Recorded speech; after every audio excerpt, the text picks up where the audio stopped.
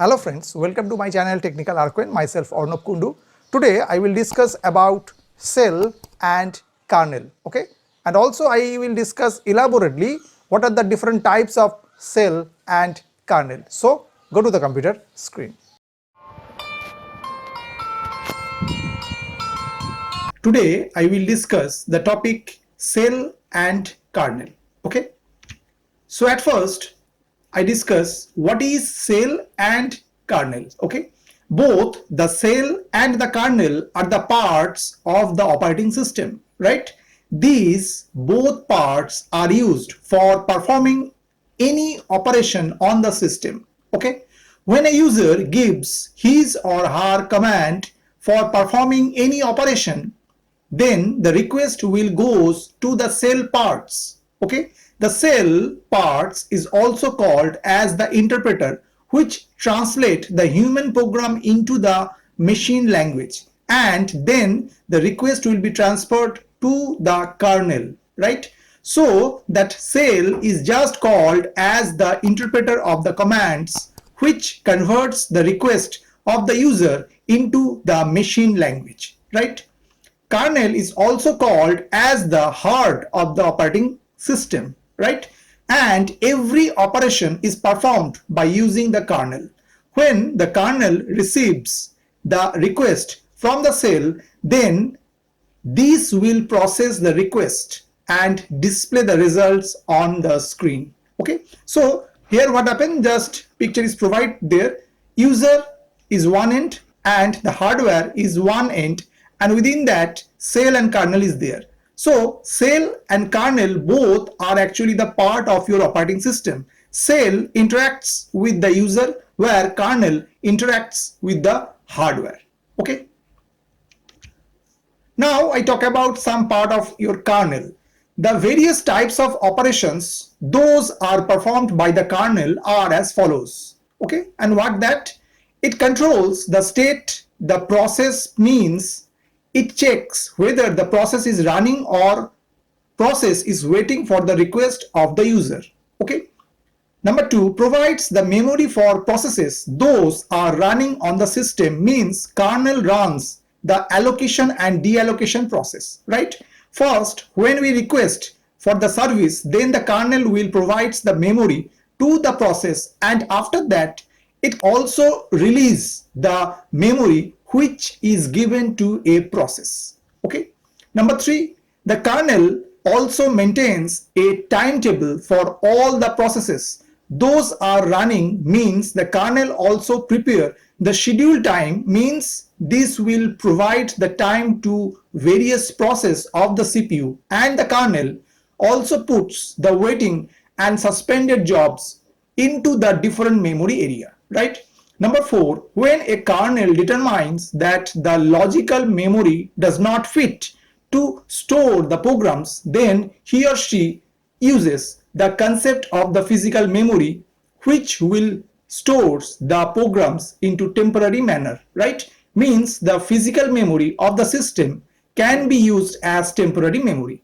And number fifth point is that kernel also maintains all the files, those are stored into the computer system, and the kernel also stores all the files into the system, as no one can read or write the files without any permissions, right? So that the kernel system also provides us the facility to use the passwords, and also all the files are stored into the particular manner, right? Now I talk about types of kernels, okay?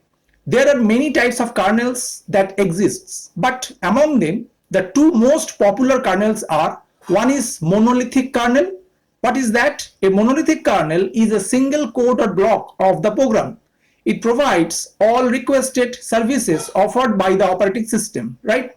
It is simplistic design which creates a distinct communication layer between the hardware and the software, okay? Number two is microkernels, and what it does?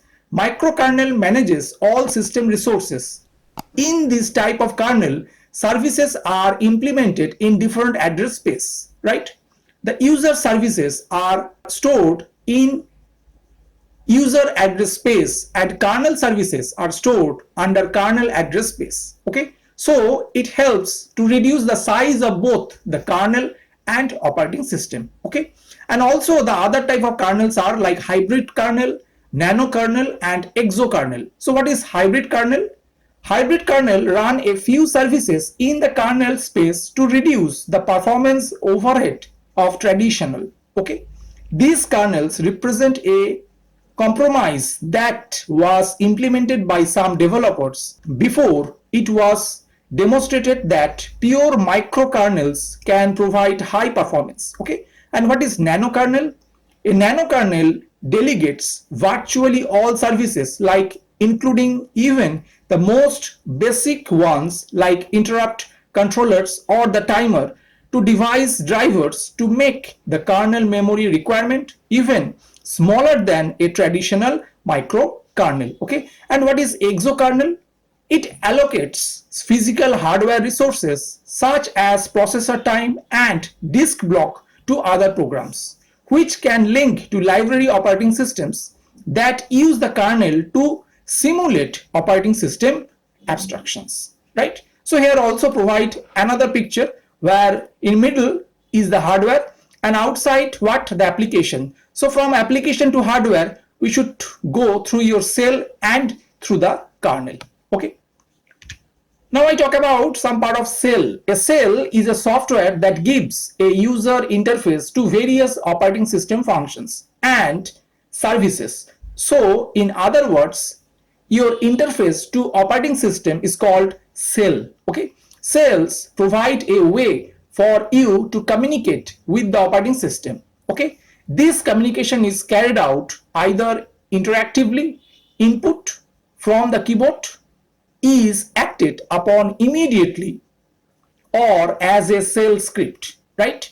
A shell script is a sequence of shell and operating system commands that is stored in a file. Okay, and also so remember, a shell is an environment or a special user program which provide an interface to user to use operating system services. Okay, it executes programs based on the input provided by the user. Okay, actually the shell is just filter the commands which is provided by the user using some application program.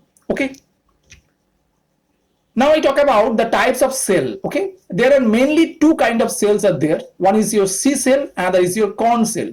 C shell is a unique shell created by Bill Joy at the University of California at Berkeley as an alternative to Unix original shell. Okay, the Bourne shell, these two unique shells along with the corn shell are the three most commonly used shells. Okay, the C shell program name is CSH. Okay, the C shell that was invented for programmers who preferred a syntax similar to that of the C programming language, right? And another is your Korn shell. The Korn shell is basically a unique shell that was developed by David Korn in Bell Labs. Okay, it has many features of C shell and Bourne shell and is one of the most efficient shells. Okay, now I talk about some features of shells. What is that?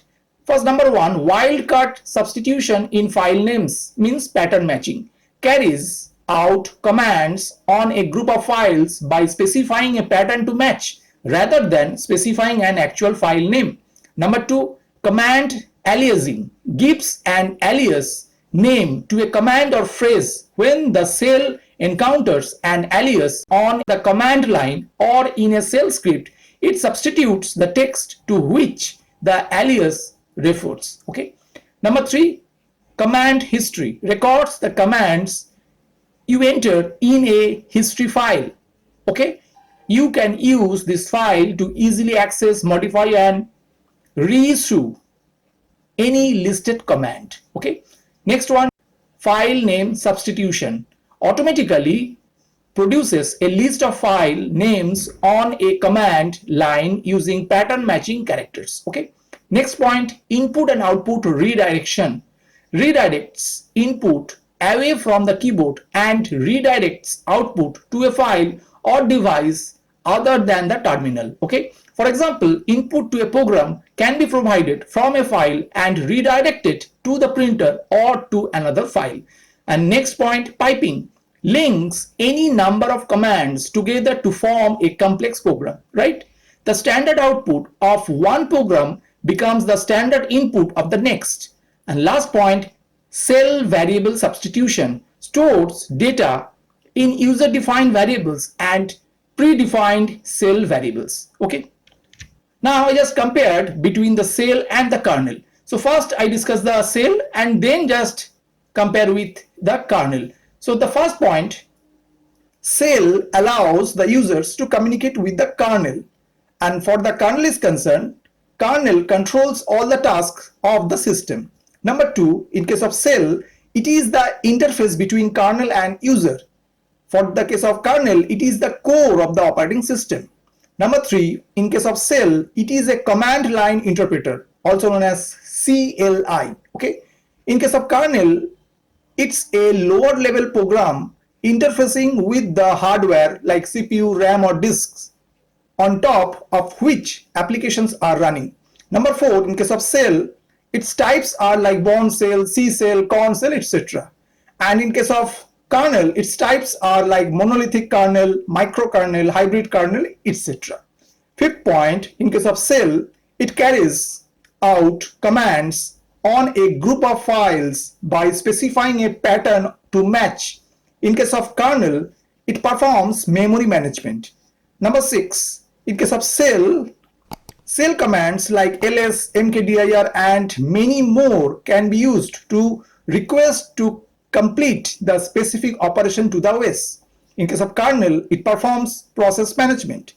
Number seven, in case of cell, it is the outer layer of OS. In case of kernel, it is the inner layer of the OS. And number eight, in case of cell, it interacts with user and interprets to machine understandable language known as machine language. In case of kernel directly interacts with the hardware by accepting machine understandable language from the cell.